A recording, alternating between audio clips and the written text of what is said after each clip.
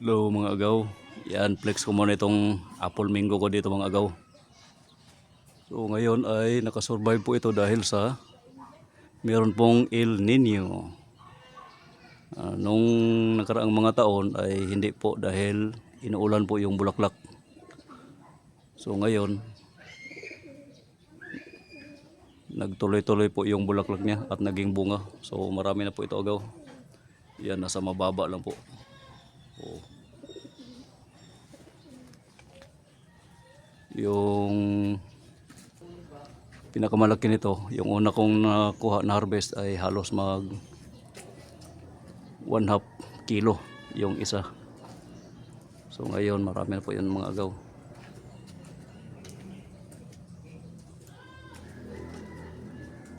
Yung iba ay nagsimula ng pumula. Yung mga malalaki, yan, makita nyo ay may pula na po.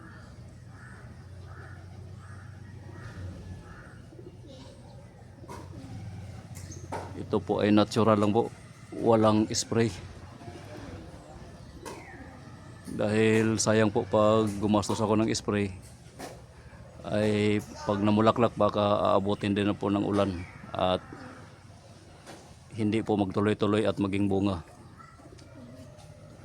Yan, so marami po yan agaw.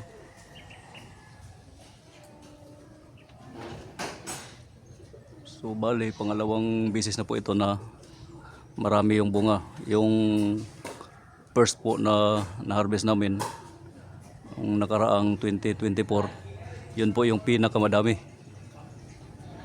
Sobra 100 plus po yung naging bunga niya na malalaki. So ngayon at nabilang ko na po ito, nasa 80 lamang po o mahigit. Yan. So dahil po sa matindi yung init ay nagtuloy-tuloy po yung bunga niya. At hindi po nalalanta yung bulaklak. Yan. Nasa mababa lang po ito mga agaw. So ito ay yan. Yun po, ito po yung nagpapaganda sa apple mango dahil pumupula po siya yung kulay. So marami po yan mga agaw. Ayan po.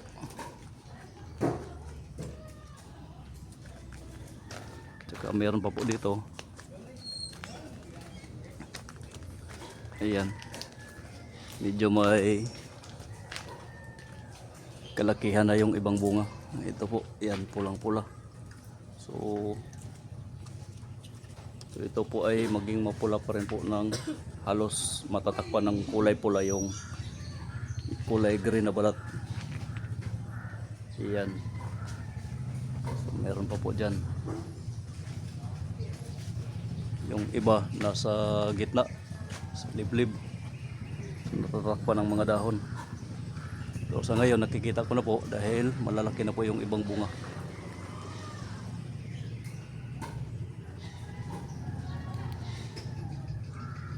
Ito na po yun mga agaw. Dahil po sa tindi ng sikat ng araw at init at madalang lang yung ulan, yan po ang magandang resulta. Nagtuloy-tuloy po yung pamumunga niya. Ayan po mga agaw. So mababa na po, lumaylay na po yung sanga, kung makita niyo po. Dahil malalaki pong bunga na to at mabigat.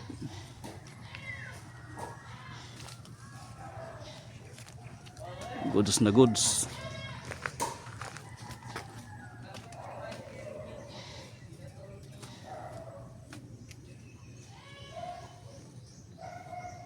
Ayan.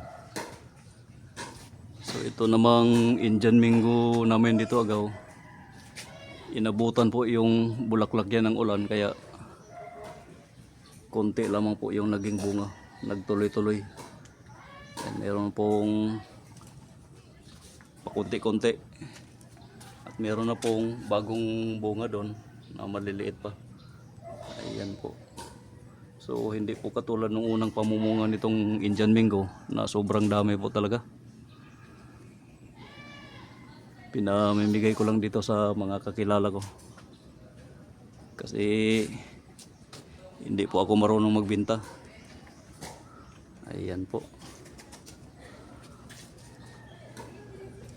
Ayan. So ito na po yung laman ng dati pong manukan ko dito.